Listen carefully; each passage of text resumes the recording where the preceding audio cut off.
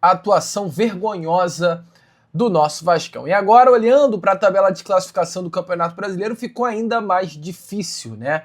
Tá aparecendo aí na imagem para vocês hoje a situação do Vasco da Gama, 9º colocado do Brasileirão, segue com os mesmos 42 pontos, uma situação bastante inconfortável, olhando principalmente pela possibilidade que o Vasco da Gama tinha 2 rodadas atrás, chegar a uma Libertadores. Caso o Vasco tivesse vencido as partidas contra São Paulo e Botafogo, o Vasco estaria com 48 nesse momento dentro do G7, inclusive olhando até para a vitória que o Botafogo não teria caso não tivesse vencido o Vasco.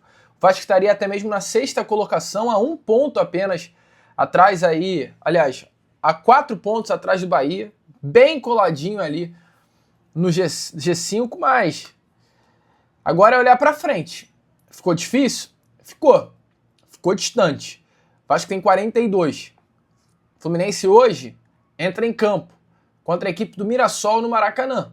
A possibilidade do Fluminense vencer é bem grande, chegaria a 50 e o Vasco ficaria a 8 pontos de distância desse G7. Agora, ao meu ver, o foco tem que ser total na Copa do Brasil.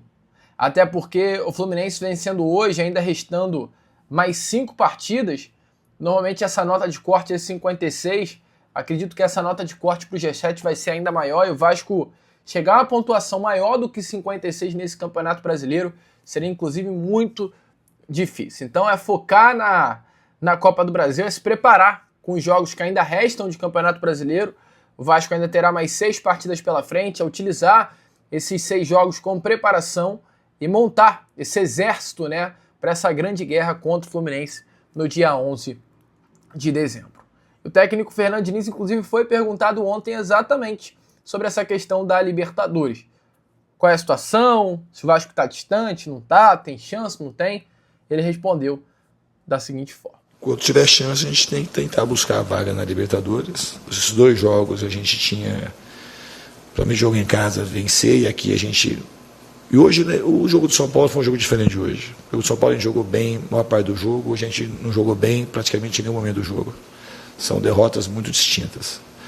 Mas em termos de resultado, era muito importante ter vencido o São Paulo, estamos jogando na nossa casa, e hoje a gente teria a chance de vencer também. Mas a gente não jogou bem, não mereceu vencer.